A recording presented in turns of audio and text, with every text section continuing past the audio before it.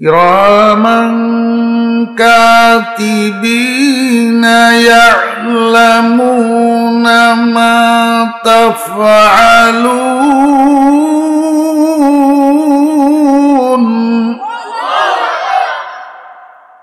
এদুর এইটা কারিয়ানা দেখানির আর উদ্দেশ্য না। অনগাত বক্তা বলে ওয়াজ মাহফিলের কেরাত মাহফিল বানালায় মানুষের হুনে বেল্লাই রিয়া রিয়া, আল্লাহ মাফ করুক, নাউজুবিল্লাহ।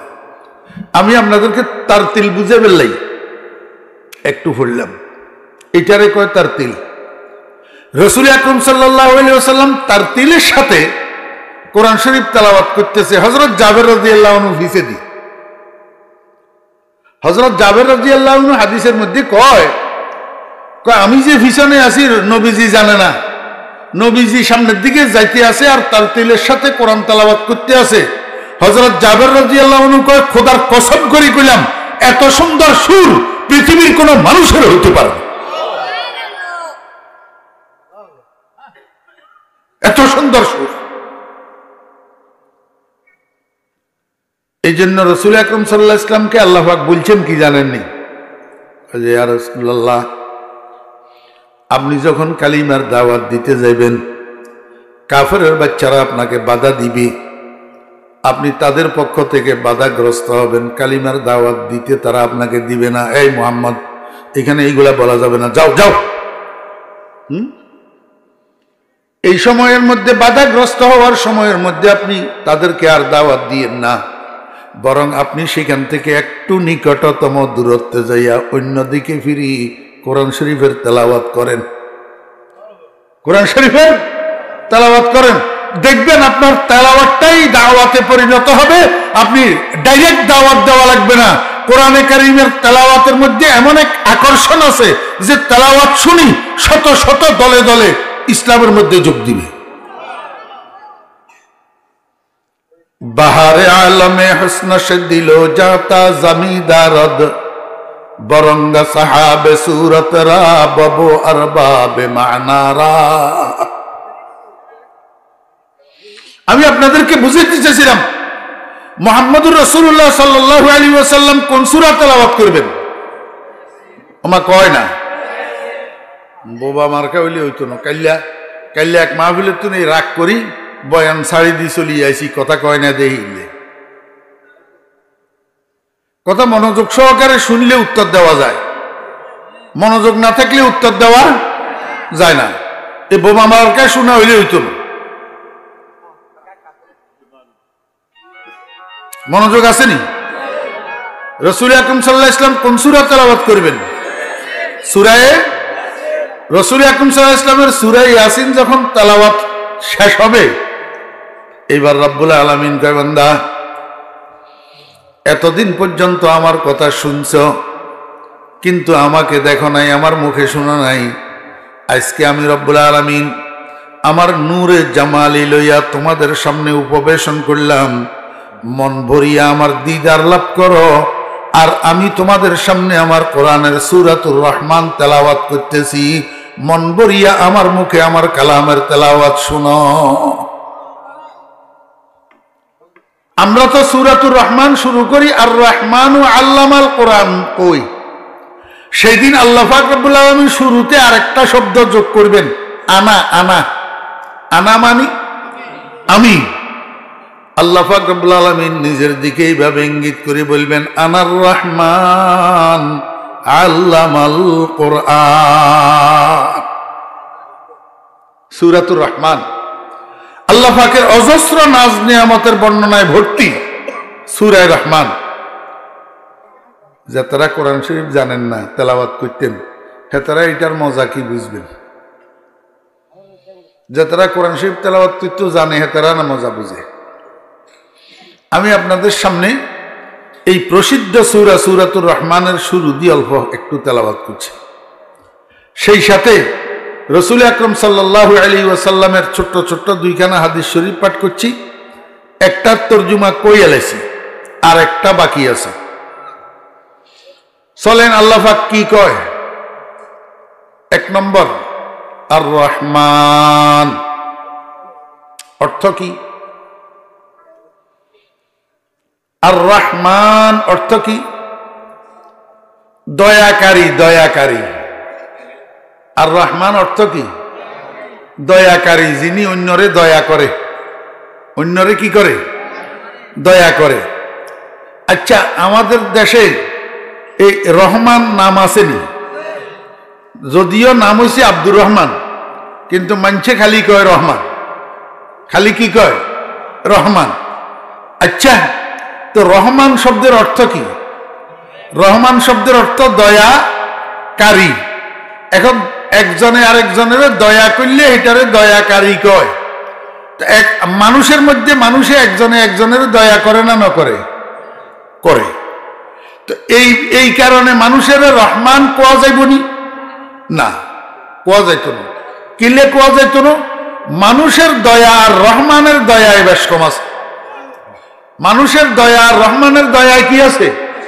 বেশ কম আছে। কি বেশ কম? মানুষের দয়ার সিস্টেম হইল দোস্তরে দয়া করে, দুশ্মনেরে করে না। দোস্তরে খাওয়ায়, দুশ্মনেরে খাওয়ায় না। দোস্তরে দাওয়াত দে, দুশ্মনেরে দেয় না।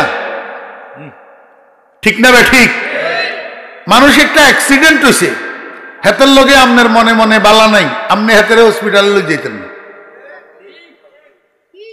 জিয়ার লগে মনে মনে বালা হিয়া কিরব, হসপিটালে লই যাব।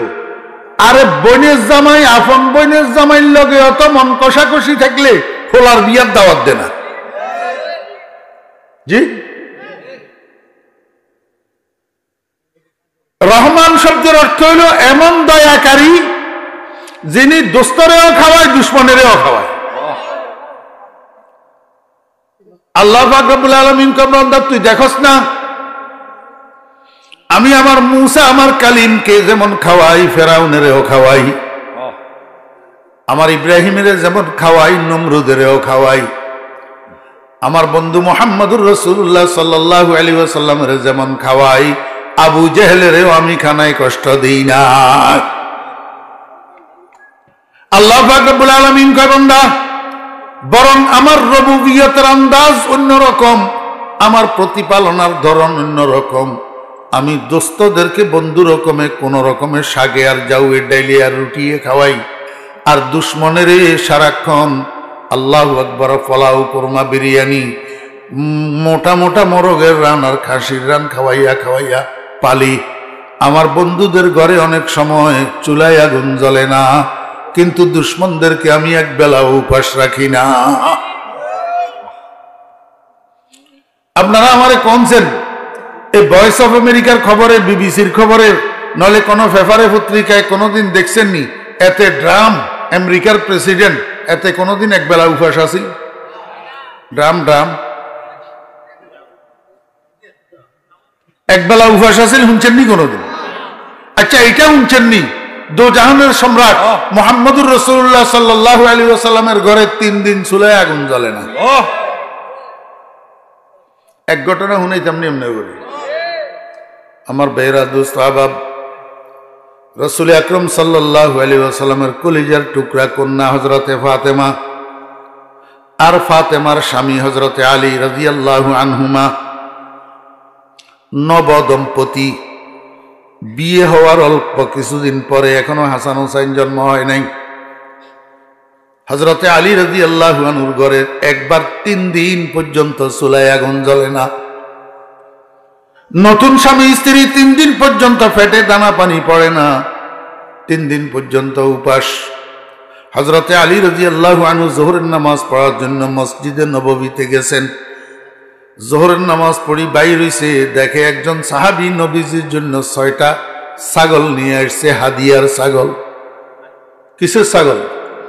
হাদিয়া, সদকা না।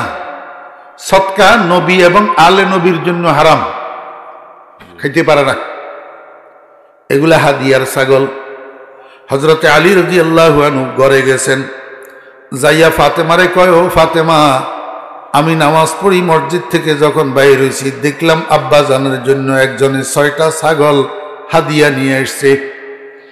আমরা নবীর পরিবার সদকা খাইতে পারবো না, কিন্তু হাদিয়া তো খাইতে পারি। তুমি একটু যাইয়া যদি আব্বাজানকে আমাদের অবস্থা জানাইতা।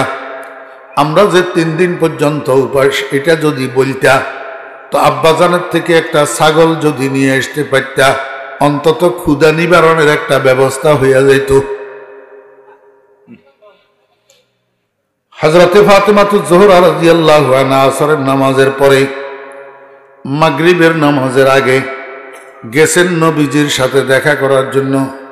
যাইয়া খোঁজ নিছেন নবীজি কোন বিবির ঘরে আছেন। খোঁজ পাইলেন আম্মা জান আয়েশা সিদ্দিকা রাদিয়াল্লাহু আনহার ঘরে আছেন।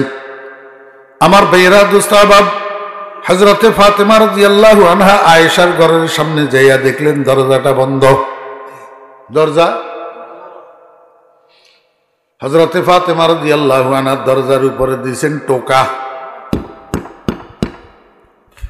দরজার উপরে দিয়েছেন ভিতরে রাসূল আকরাম সাল্লাল্লাহু আলাইহি ওয়াসাল্লাম আম্মা জান আয়েশা সিদ্দিকা রাদিয়াল্লাহু আনহা দুজন বসে বসে কথা বলতেছেন। নবীজির কাঁধের উপরে একটা চাদর মোবারক ছিল, চাদর মোবারক। দরজায় যখন টোকা শুনছে রাসূল আকরাম সাল্লাল্লাহু আলাইহি ওয়াসাল্লাম লাফাইয়া উঠছে। লাফানির চোটে চাদরটাও নিচে পড়ে গেছে। আম্মা জান আয়েশা সিদ্দিকা রাদিয়াল্লাহু আনহা কয়, ইয়া রাসূলুল্লাহ, আপনি কেন এত ব্যতিব্যস্ত হইলেন? যে আসছে সে তো নিজের প্রয়োজনে আসছে, প্রয়োজন সারা তো যাবে না, আপনি কেন এমন ব্যতিব্যস্ত হইলেন? রাসূল আরবি সাল্লাল্লাহু আলাইহি ওয়াসাল্লাম কয়, আয়েশা তুমি তো বুঝলা না, দরজায় যেই টোকা পড়ছে এই টোকা অন্য কারো টোকা নয়, এটা তো আমার ফাতেমার টোকা। ছেলে মেয়ে আপনাদের কাছে অত আছে, গলার আওয়াজ শুনুন বাদে বুঝেননি। ইয়ার হুতিয়াজি